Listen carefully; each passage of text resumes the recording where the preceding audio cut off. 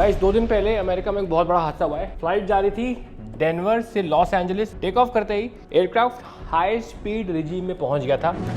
इस high speed में एक इंसान रनवे पे कहीं से आ जाता है। पायलट्स को पता नहीं चलता बिकॉज वो इतनी हाई स्पीड में होते हैं। बंदा इंजन सक इन कर लेता है। इंजन में लार्ज एक्सप्लोजन होता है। पूरा कैबिन अंदर स्मोक से भर जाता है। New video tonight shows the moments before a person was struck by a Frontier airplane. Frontier Airlines jet hit and killed a person.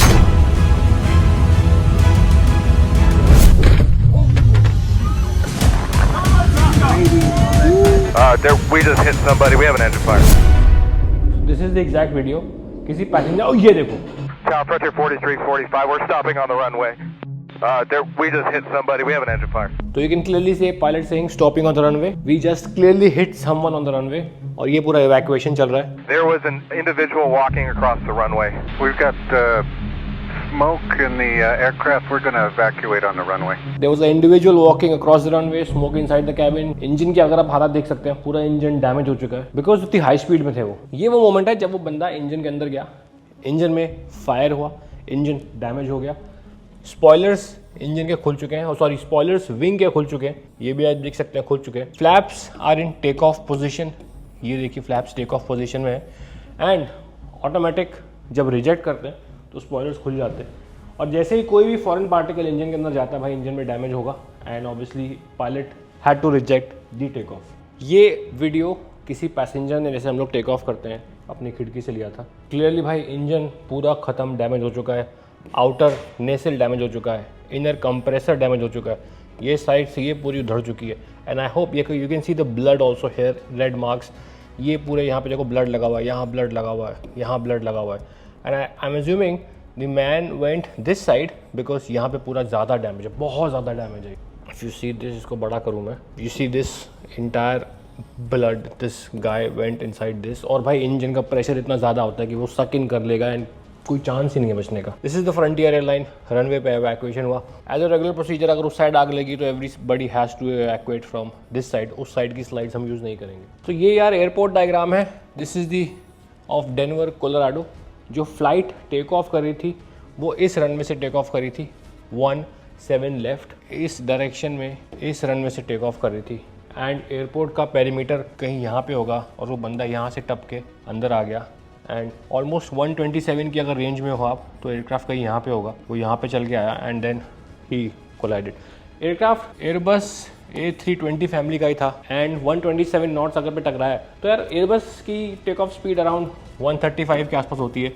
तो 135 मतलब close to take off speed थे। और अगर आप टेक ऑफ कर रहे हैं, आप 127 नॉट्स की स्पीड में है और यहाँ पे आप 135 पहुँचेंगे टेक ऑफ करने के लिए। You are almost in a high speed regime. If this is your runway, this is your aircraft. यहाँ से आपने स्टार्ट किया तो यार ये अगर आप टेक ऑफ कर रहे हो, यहाँ पे आपकी स्पीड 0 है, यहाँ पे आप टेक ऑफ स्पीड पर 135, यहाँ पे आपकी स्पीड 100 है। स्पीड 100 क्यों है? क्योंकि इसके इस साइड आप हाई स्पीड रिजीम में हो, इसके इस साइड आप लो स्पीड रिजीम में हो। लो स्पीड रिजीम में अगर पायलट को लगता है कि भाई मैं टेक ऑफ नहीं कर पाऊंगा, कोई भी दिक्कत आ रही है, लेफ्ट राइट कुछ भी हो रहा है, तो इस रिजीम में रिजेक्शन आसान होता है। So if you want to do a reject take off, ये लो स्पीड रिजीम में रिजेक्ट टेक ऑफ करना आसान होता है। Once you enter the high speed regime, 100 knots के बाद everything is high speed.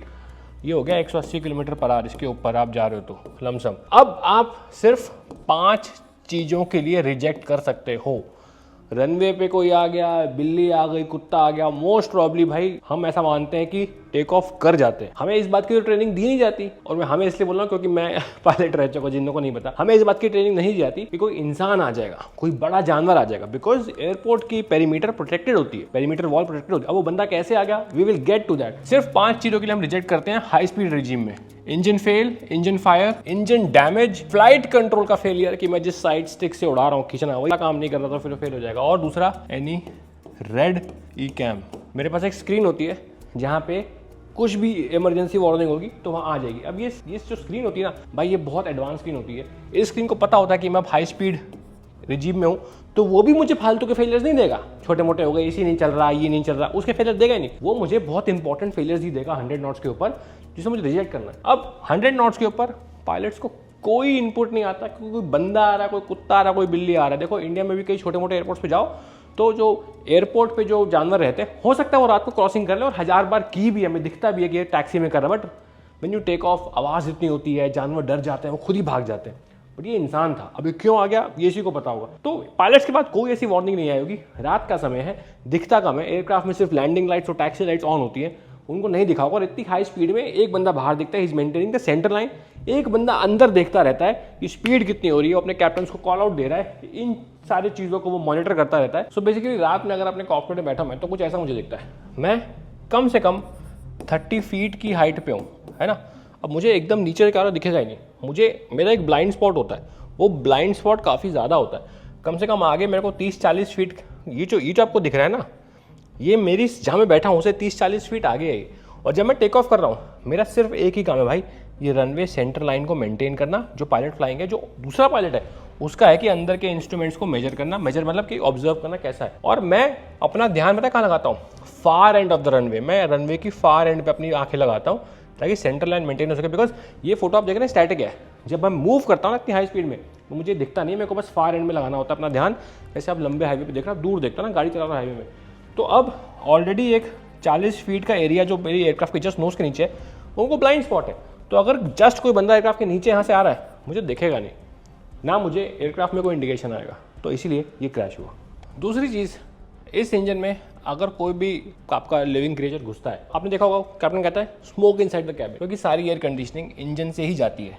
Engine बाहर से फ्रेश एयर खींचता है, कुछ अपने सिस्टम्स के लिए यूज़ करता है, जिसमें से कि एक सिस्टम होता है एयर कंडीशनिंग, एयर पैक्स होते हैं, उससे वो हवा को ठंडी करता है, मिक्स करता है, जितना टेम्परेचर कॉकपिट में सेट किया पायलट ने, उसके हिसाब से ये वो हवा डक्ट्स के थ्रू कैबिन के अंदर भेजता है। तो यहाँ पे अगर कुछ हुआ, एक बॉडी गई है जो बर्नड हो गई है, ब्लास्ट हुआ है, तो वो सारी हवा अंदर गई और कैबिन स्मोक से भर गया। इसीलिए गाइस अब बात कर लेते हैं ऐसे और इंसिडेंट्स जो बाकी कंट्रीज़ में हमेशा हुआ है। ये एक अजीब सा इंसिडेंट है, अभी इसमें पूछताछ छानबीन चल रही है, लेकिन मिलान इटली में एक सिमिलर इंसिडेंट हुआ था तकरीबन 10 महीने पहले।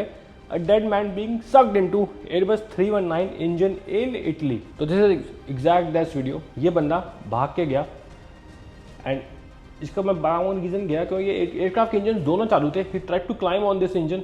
ये सिक्योरिटी वाले इतने आगे नहीं भाग रहे बिकॉज इंजन आर ऑन। अब पायलट को कुछ इन्फॉर्मेशन, उसका ब्लाइंड स्पॉट है पायलट का। ये बंदा यहाँ गया, एंड इसके आगे मैं वीडियो प्ले नहीं करूँगा बिकॉज एक थोड़ा सेंसिटिव वीडियो है।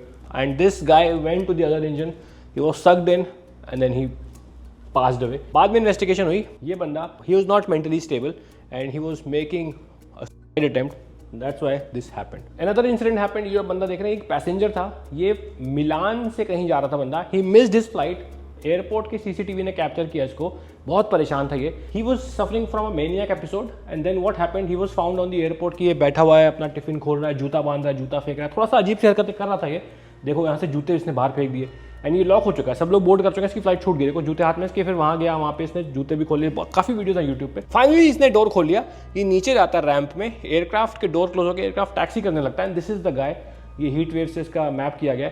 ही runs towards the aircraft and then he also gets sucked in.